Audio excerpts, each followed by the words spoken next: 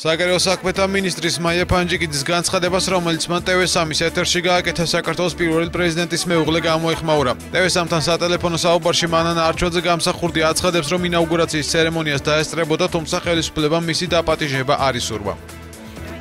რაც მეკუთვნის კანონის, კონსტიტუციის, ისე უნდა მოვხდარიყო. გადახედეთ მსოფლიოს სახელმწიფოებს ის იქნება საპრეზიდენტო თუ საპარლამენტო არ არსებობს, რომ პარლამენტის თავმჯდომარის ოჯახს არ მეუვიდეს მოსაწვევი, ან კიდევ პრეზიდენტის ოჯახებს, ვისაც არ აწყობს. მაია ფანჯიკიძის განცხადებით, ინაუგურაციაზე მხოლოდ ცოცხალი პრეზიდენტები არიან, მიწვეული და ყოფილი პრეზიდენტების ოჯახის წევრები გათვალისწინებულები არ არიან. ფანჯიკიძის განცხადებიდან ასევე ცნობილი გახდა, რომ ინაუგურაციაზე გიორგი მარგველაშვილის გვერდით მისი მეგობარი მაკა ჩიჩუა არ იდგება.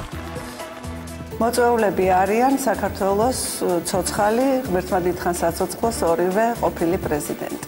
და არა პირველი პრეზიდენტის ოჯახი.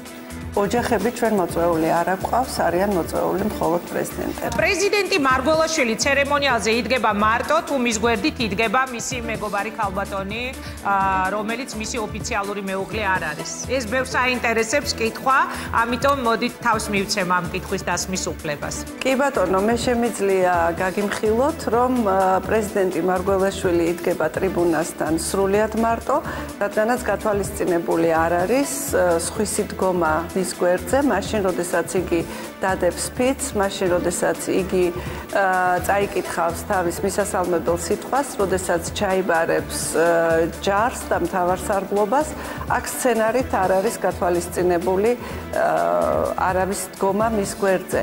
მისი მეუღლე იქნება დამსწრე საზოგადოებაში და მომავალ პრეზიდენტს, ანუ უკვე ფიცს დადებულ პრეზიდენტს ასევე არ ექნება საშუალება, რომ თვითონ დაჯდეთ.